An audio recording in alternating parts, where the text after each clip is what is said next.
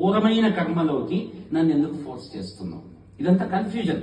అంత క్రితం జ్ఞానం గొప్పదన్నావు, ఇప్పుడు సాంఖ్యంలో, ఇప్పుడు వచ్చేసి కర్మయోగంతో కర్మ ఎందుకు గొప్పదంటున్నావు అని అర్జునుడు ప్రశ్న వేస్తాడు.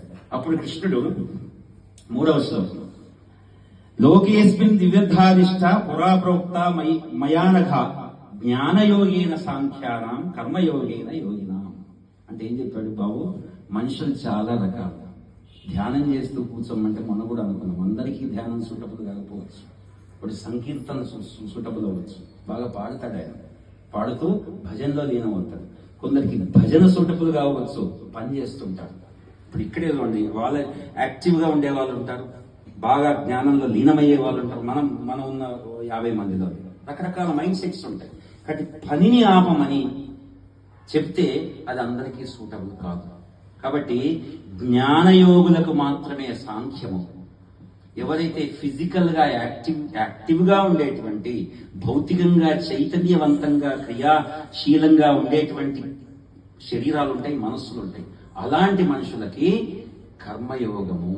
అయితే కర్మని యోగంగా మార్చి, ఇక్కడ ప్రశ్న ఏంటంటే ఇది మనందరికీ తెలిసే, అర్జునుడు అడిగాడని తెలుసు, కృష్ణుడు చెప్పాడని తెలుసు. ఈ కర్మని యోగంగా మార్చుకునే టెక్నిక్ ఏమిటి?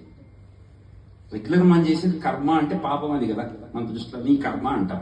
మన ఇండియాలో ఫిలాసఫీ అనేది మామూలు మాటల్లోనే ఉంది. ఏమన్నా నాకు ఈ పనులు జరగట్లేదు, ఇంకేం జరగట్లేదు, ఎవరో సమస్యలు చెప్పగానే దానికి ఏం చేస్తాం, ఇక పరిష్కారం నీ కర్మ అనుభవించమంటాం. అంటే పూర్వజన్మంలో మనం చేసినటువంటి పనుల్లో ఆ పాపాన్ని మనం అనుభవిస్తున్నామనే దృష్టిలో కర్మ అంటాం. కర్మ అంటే పని అనే మాట కాదు, ఇక్కడ కర్మని అనుభవించేవాడు అనే దృష్టిలో మనం ఒక పాప కర్మల్ని అనుభవించే వ్యక్తిని కర్మ అనే దాంట్లో అది రూఢి అయిపోయింది ఆ మాట. అంటే కర్మ అంటే పాపాలు చేశాడు, వాడు దాన్ని అనుభవిస్తున్నాడు అనే మాటలో మనం రెగ్యులర్గా వాడేస్తాం వ్యవహారికంగా.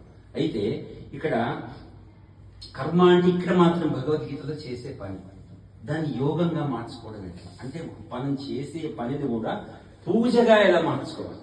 పూజ అంటే కేవలం పువ్వులు, పూజా ద్రవ్యాలు, లేదా మంత్రాలు, లేదా భజన, లేదా ఇంకేదైనా, అది కాకుండా రెగ్యులర్ గా మనం పనిచేసే వాళ్ళు ముక్తిని పొందడానికి లేదా దైవీ అనుభూతులకు వాళ్ళు వెళ్ళలేరు అంటే దానికి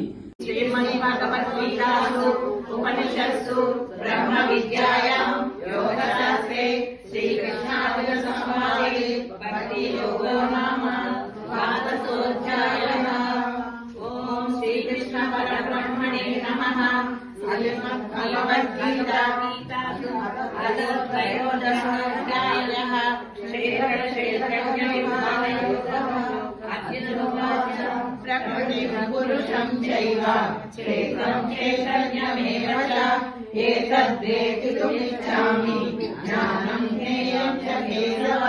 శ్రీ భగవానువాచ ఇదం శరీరం కౌంతేయ క్షేత్రమిత్యభిధీయతే ఏతద్